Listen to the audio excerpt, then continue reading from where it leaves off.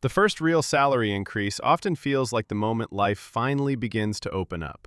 A subtle psychological shift where small financial anxieties start to fade and ordinary choices begin to feel lighter.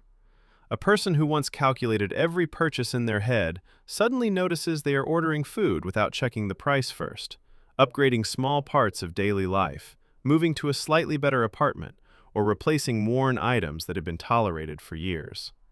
None of these changes feel extravagant, and that is precisely why they are powerful, because the transition happens quietly and gradually rather than dramatically. What appears on the surface as financial progress is often the beginning of a structural shift in behavior that economists and behavioral researchers have studied for decades, a pattern sometimes described as the lifestyle adjustment loop, where income growth and spending growth begin moving together almost automatically. The idea of the $70,000 lifestyle trap is not about a precise number that applies universally across countries or cities, but rather a conceptual threshold where income becomes high enough to allow comfort, but not high enough to create true financial leverage. At this level, many people experience the first stage of financial breathing room, yet the system surrounding them subtly encourages that breathing room to be filled. Rent rises slightly as neighborhoods improve, commuting becomes easier but more expensive, restaurants become normal rather than occasional, and subscriptions accumulate quietly in the background of everyday life. None of these changes feel irresponsible because they are small upgrades that appear proportional to income, and in isolation, they often are. The problem emerges when these upgrades begin to compound. Behavioral economists often describe this process through the lens of hedonic adaptation, the tendency for humans to rapidly normalize improvements in comfort and convenience. What initially feels like a luxury quickly becomes the new baseline, and once a new baseline is established, moving backward psychologically feels like a loss rather than a neutral adjustment. This is why someone who once felt excited about their first stable income can later feel financially stagnant even while earning significantly more than they did just a few years earlier. The emotional reference point has moved, and with it, the perception of financial progress. To understand why this becomes a trap, it helps to examine the simple arithmetic of income growth versus lifestyle growth. Imagine someone whose monthly expenses begin at 40,000 rupees, while their income is 50,000. The gap between income and expenses is 10,000, which represents potential savings, investment capital, or financial flexibility. Now imagine that over the next few years, their income increases to 70,000, which on the surface looks like meaningful progress. But if their expenses quietly grow alongside that income to 60,000 through slightly higher rent, more frequent dining, upgraded devices, and everyday conveniences, the gap between income and expenses remains almost identical. The person earns more, works harder, and feels more financially advanced, yet the mathematical distance between them and financial independence barely changes. This is where the term trap begins to make sense, not because anyone is making reckless decisions, but because the system surrounding modern life is designed to convert income growth into lifestyle growth with remarkable efficiency. Housing markets adjust to perceived affordability levels, subscription-based services normalize recurring spending, and consumer products are constantly positioned as incremental quality-of-life improvements. The result is a feedback loop where each increase in income creates social and psychological pressure to upgrade living standards just enough to keep financial margins narrow. The trap becomes more visible when viewed over a longer timeline. Many people in their early 20s live with relatively low expenses simply because their lifestyle has not yet expanded. Shared apartments, limited responsibilities, and simpler routines keep costs manageable.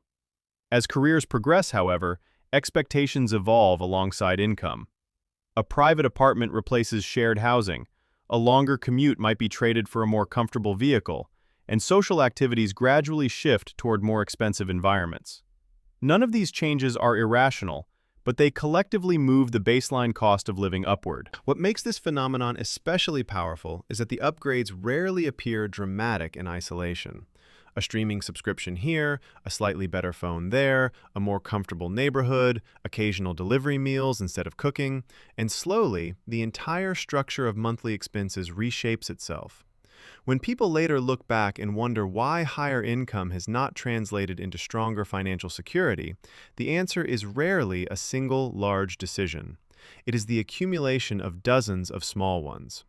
From a mathematical perspective, the key variable is not income itself, but the gap between income and expenses. Financial stability expands when that gap widens, because the surplus can be directed towards savings, investments, or debt reduction. Financial stagnation occurs when that gap stays constant even as income rises. The person appears to move forward economically, yet the underlying mechanics of their financial system remain unchanged. This is why economists often emphasize the concept of savings rate rather than raw income level.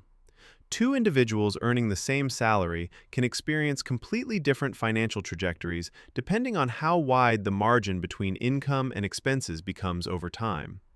One person might gradually increase their savings rate as income grows, allowing investment capital to compound year after year. Another might allow expenses to scale proportionally with income, keeping their savings rate nearly identical despite earning more money. The $70,000 lifestyle trap is therefore less about a specific income bracket and more about a behavioral pattern that tends to emerge once basic needs are comfortably met. At very low income levels, most financial decisions revolve around necessity. But once those necessities are covered, spending begins to reflect identity, comfort, and social expectations. Money stops being purely functional and starts becoming expressive, and this is where the psychology of consumption becomes deeply intertwined with the economics of personal finance. Historically, this pattern has appeared in many different economic environments. As societies industrialized and middle classes expanded during the 20th century, researchers noticed that rising incomes did not always produce proportional increases in long-term wealth. Instead, consumption patterns evolved alongside income levels, stabilizing lifestyles at higher but still tightly balanced expense levels. The result was a large population that experienced material comfort yet remained financially dependent on continuous income. This does not mean the upgrades themselves are mistakes, nor does it suggest that comfort should be avoided. The deeper insight is simply that income growth alone does not automatically change financial outcomes unless the structure of spending changes as well. When people begin to recognize this dynamic, they often shift their focus away from chasing higher salaries alone and toward managing the widening or narrowing of the gap between what they earn and what they spend. The psychological shift that breaks the lifestyle trap is subtle but powerful. Instead of viewing a salary increase primarily as permission to upgrade life, it can also be seen as an opportunity to expand financial margin. That margin becomes the engine that allows money to accumulate, compound, and gradually detach financial security from the need for constant work. When this shift happens, income increases start behaving differently. Rather than disappearing into lifestyle upgrades, a portion of each increase begins to strengthen the underlying financial structure. Over time, the difference becomes visible not through dramatic lifestyle changes, but through growing flexibility, reduced financial stress, and the quiet accumulation of assets that slowly alter the relationship between income and freedom.